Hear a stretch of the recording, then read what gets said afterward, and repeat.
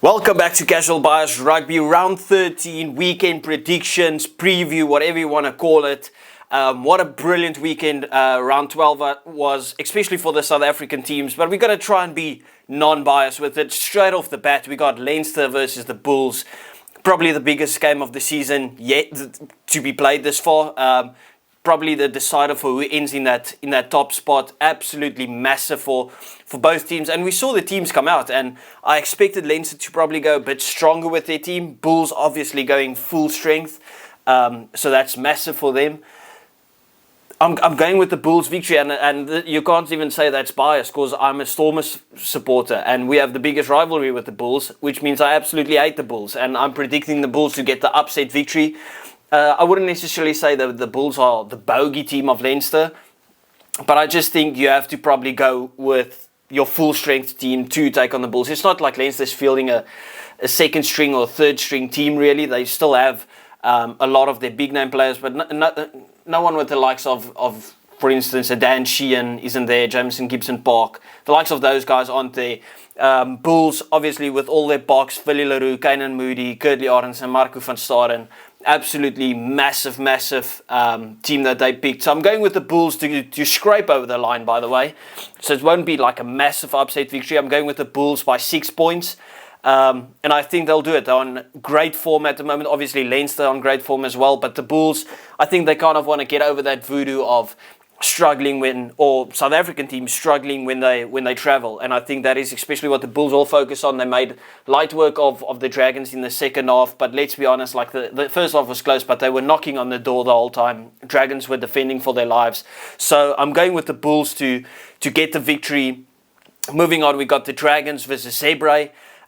Massive game. The Dragons will probably be proud of that first half performance they put up against the Bulls.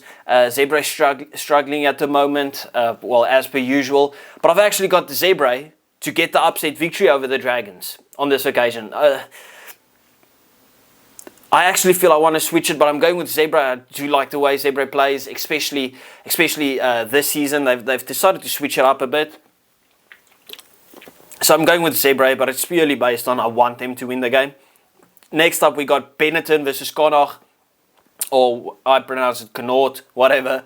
Benetton, obviously a massive loss against the Scarlets. Really unpredictable. Right at the end as well. I think they will be very upset with that. Connacht obviously losing against the Lions. Massive performance by the Lions. Connacht losing that game against 14-men Lions as well. I've got Benetton to get the bounce back victory. I think the Italian boys will be back and they will be looking to fire again. I think it is massive for them to be in the 4th position and then drop all the way down to, I think they might be 8th or 10th at the moment. Struggling quite a bit, but I think with the Italian boys back, they might have a big bounce back. Obviously, Italy had a lot of momentum in the Six Nations, and with those boys coming in, they could cause some damage against Connacht. So that is what I'm predicting. By the way, I'm going Zebra by 3 points, and I'm going Benetton by 8 points against Connacht. Obviously, Benetton is amazing at home, so you can never write them off at home. Going on, we got the Sharks versus Edinburgh. Edinburgh absolutely spanked against the Stormers. The Stormers really used them as toilet paper during that game. The first half could have been easily like 60-0. Just butcher chances from us, to be honest. But the Sharks, first off, horrific. It was a horror show. Literally felt like you were watching a horror movie. The game between the Sharks and Ulster, obviously. That first half was shocking. But in the second half, they performed a bit better. And we predicted the Sharks to bounce back a bit. Obviously, they have the big signings coming in. A lot of boys playing for their places in that Sharks team. With the signings coming in, it's starting to get closer to Springbok time. So they now have to pull up their socks, tighten their bootlaces, and really kick up a fight to get into the positions that get you a Bok jersey for the season. So I'm going with the Sharks to win again. I wasn't impressed with Edinburgh at all. So I'm going with the Sharks to not even cause an upset, because I think they will really start to kick on now. The second half was a bit better, so I'm going with the Sharks to get a victory over Edinburgh, and I'm going with the 11-point victory for the Sharks. Yeah, I just think it's going to be a tough travel for Edinburgh to play against the Stormers and defend for your life like they did and still not get over the line, and then to go up against the Sharks, who are hungry at the moment. The Sharks have nothing to lose, and that's kind of what makes them scary, right? Like, they can't go lower than they already were. Like, they're just going to get more banter. So they've got everything to fight for, all these positions to play for. So they want to make it an impression and really end the season on a high. And that's what I think they are going for.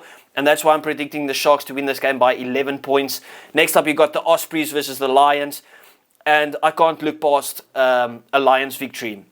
I know that the Ospreys playing at home, not an easy task at all. But just the way that the Lions put Connacht to the sword, the way they were so clinical, their defense was on it, their attack was beautiful, and they had 14 men on the field.